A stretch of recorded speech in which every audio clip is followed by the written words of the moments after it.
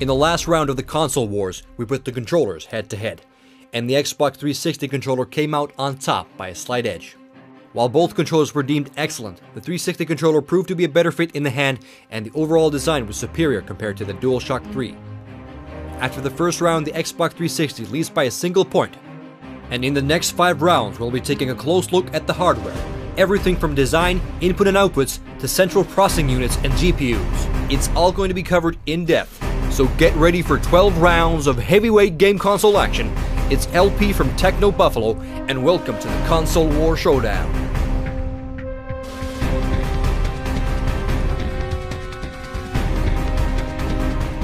Now, this is a topic that has to be tied in with price and value. I bought the PlayStation 3 on the European launch date back in the spring of 2006. Man was I excited, but man oh man, did I die just a little inside when 650 euros left my wallet. That's about $900 US. With the introduction of the PS3 Slim in September 2009, the price has dipped significantly down to approximately $300, both US dollars and euros.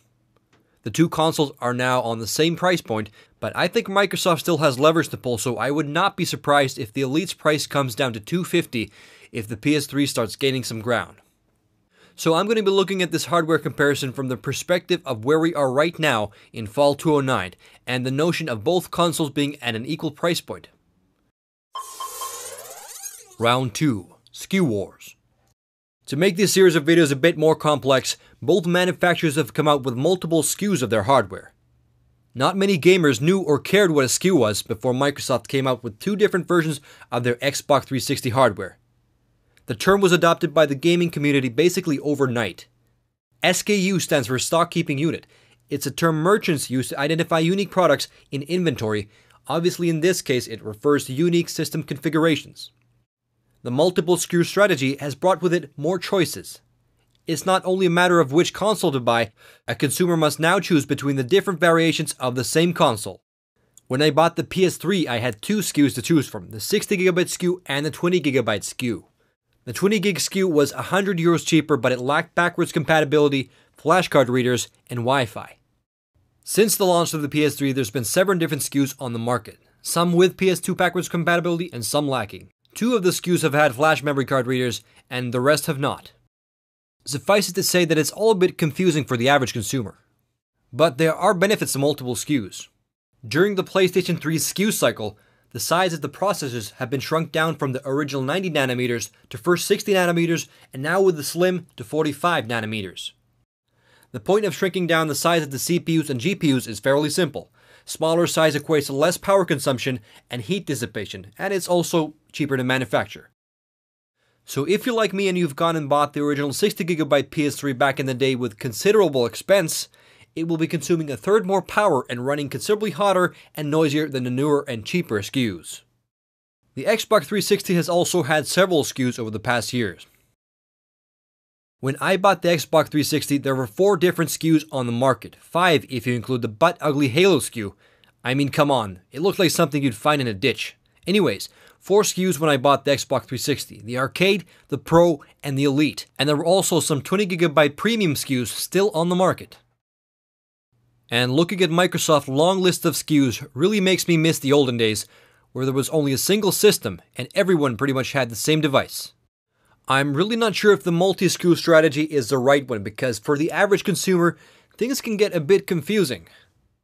I remember a lot of people were quite pissed off 2 years back when, having just bought the version of the Xbox 360 that lacked the HDMI output, only to find out that the HDMI version was on sale a few weeks later.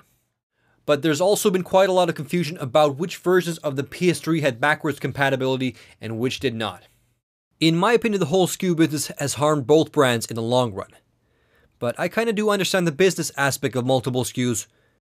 Adding an HDMI output post-launch will sell more units. Shaving off $100 with the expense of backwards compatibility will sell more units to certain demographics. But it definitely would be nice if the console I buy at a high expense on the launch date would be at least equally as good as the SKU that comes 3 years later with half the price. Now this pisses me off, and I know for a fact that I'm not alone with this. What do you guys think? Luckily, Microsoft and Sony have both tried to cut down on the SKUs. Sony first got rid of the SKUs that lacked Wi-Fi, And Microsoft only recently revealed that it would be losing the Xbox 360 Pro SKU, leaving only two SKUs on the market, the Arcade and the Elite. I'm awarding no points in this round because the multiple SKU approach really doesn't serve anyone's interest. I'm perfectly fine with shrinking down the components, but adding and subtracting features confuses the average consumer and frustrates the loyalist of fans of both manufacturers. Hopefully come next generation of consoles, both manufacturers will develop their concept and hardware long enough not to have to make 10 versions within the console's product cycle. A single SKU approach seems to be working fairly well for a certain other Japanese console, namely the Nintendo Wii. Round 3. Design and external features. The design of game consoles have always been interesting to say at least. No game console is alike, and the Xbox 360 and PS3 are very different looking devices.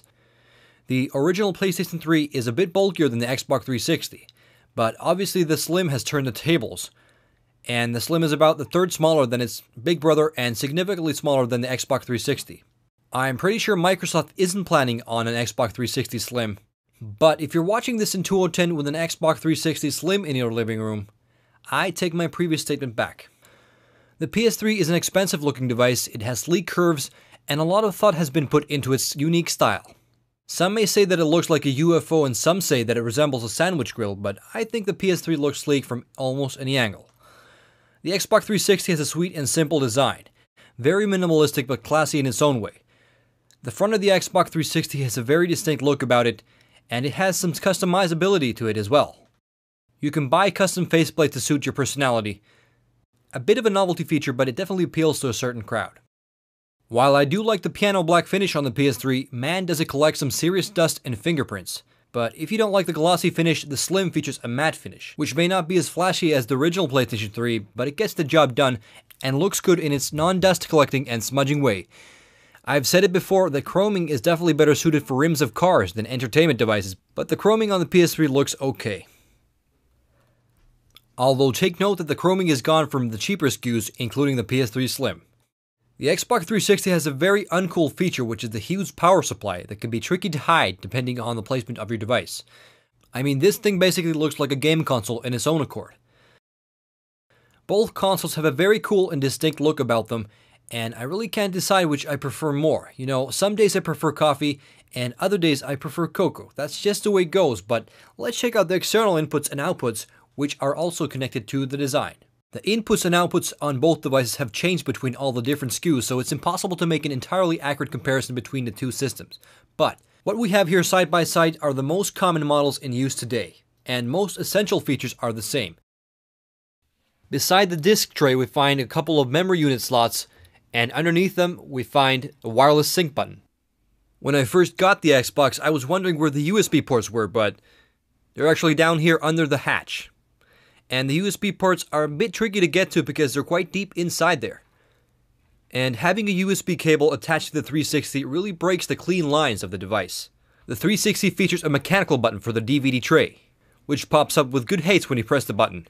The tray seems to work nicely even though the Xbox is placed vertically. But the most prominent feature on the front of the Xbox 360 is the power button, which has acquired some notoriety in its own accord, in a slightly negative way over the past few years. It's also a subject that I'll be covering in upcoming rounds. On the front of the PS3 we have 4 USB ports. Well, if you have the newer models, you'll only get 2. But I really haven't used more than 2 USB devices simultaneously, so 2 is probably enough. Under the lid here we have memory card readers for several types of memory cards. It's also a feature that I do not use too often, but it's a decent feature to have if you, for example, store your pictures on the PS3. Unfortunately, this is also a feature excluded from the newer models, including the Slim. Under the optical drive, we find 2 touch-sensitive buttons, one for the optical drive itself and one for the power. While the touch-sensitive buttons may be cool, I have a feeling that they've added to the high price tag of the platform. But the Slim has excluded the touch-sensitive buttons and replaced them with simpler and probably cheaper mechanical buttons. On the back of the PS3, we find several inputs and outputs. And starting from the right, we find the power cord input, which connects to the internal power supply. There's also a main power button, if you don't want to keep your device on standby for some reason. Next, we find the analog output, if you're, for example, using a SCART or component cables. And we also have an optical output for connecting with your amplifier. Here we find the LAN connection, and here we find the HDMI out. The PS3 supports the 1.3 HDMI profile, which has double the bandwidth of earlier HDMI standards. It adds deep color support and includes support for the new HDMI audio standards Dolby Digital Plus and DTS True HD. Of course, most people don't have the higher end amplifiers and TVs to support these formats, but it's good to be future-proof. More about this stuff in the upcoming round that will be covering media playback. Alrighty, on the back of the 360 we find a power cable input that connects to the massive power supply I showed you earlier. And here we find a USB port, which is a nice feature to have on the back because you may have some devices that you want kept out of sight. And we also find your standard local area network port. While the first SKUs of the Xbox 360 did not have an HDMI output, all of the current models do. The HDMI on the Xbox 360 only support HDMI profile 1.2. There's no optical audio output on the Xbox 360, but there is an optical audio output from the analog cable that's included with the device, which is fine. But a very annoying thing with the Xbox 360 is that you cannot connect the analog cable and the HDMI cable at the same time, which means that if you connect the device with an HDMI cable to your display, you won't be able to connect the optical cable to your amplifier. This sucks quite a bit. Alrighty, the next two features were a bit tricky to categorize, as they're external for the Xbox 360 and internal for the PS3. The hard drive on the Xbox 360 lies on top of the console. It's very easy to remove and replace, so if you have one of the older Xbox 360 SKUs, you can upgrade to, for example, a 120GB hard drive. The only thing holding you back from upgrading will be the $150 price tag. You can also swap out the PS3's hard drive, but you'll need a screwdriver to do it. Luckily, the process is very simple, and you can swap out the PS3's hard drive for any 2.5-inch serial ATA disc. So if you store a lot of games and media content on your hard drive, you can get a 320GB hard drive for under $100. And you can actually speed up your PS3 loading times a bit by installing a 7200 RPM hard drive. As you can see, the hard drive included in my trusty old PS3 is a pretty standard Seagate Barracuda disc. Alrighty, the next feature is internal for the PS3, but is an external add-on for the Xbox 360. Put simply, the PS3 has built-in Wi-Fi, and the Xbox 360 does not. A wireless network adapter is sold separately for around $80, and in my opinion, Wi-Fi is a feature that one expects to be built in these days, so it's a definite negative for the Xbox 360. Heck, even my toaster has a built-in Wi-Fi. It probably comes as no surprise that the PS3 will be taking this round. Both the original PS3 and the Slim are sleek-looking devices that include all the necessary input and outputs. Although some of the features have been excluded from the Slim, it still managed to be the better all-rounded device when it comes down to input and outputs. The round for design and external features go to the PS3 hands down. The match is now tied up with a point for each platform. In the next two rounds, it's time to peek under the external covers and analyze the internal hardware. CPU and GPU are up next. It's time to break these babies open. Catch you later in the next round of the Console Wars. LP signing out.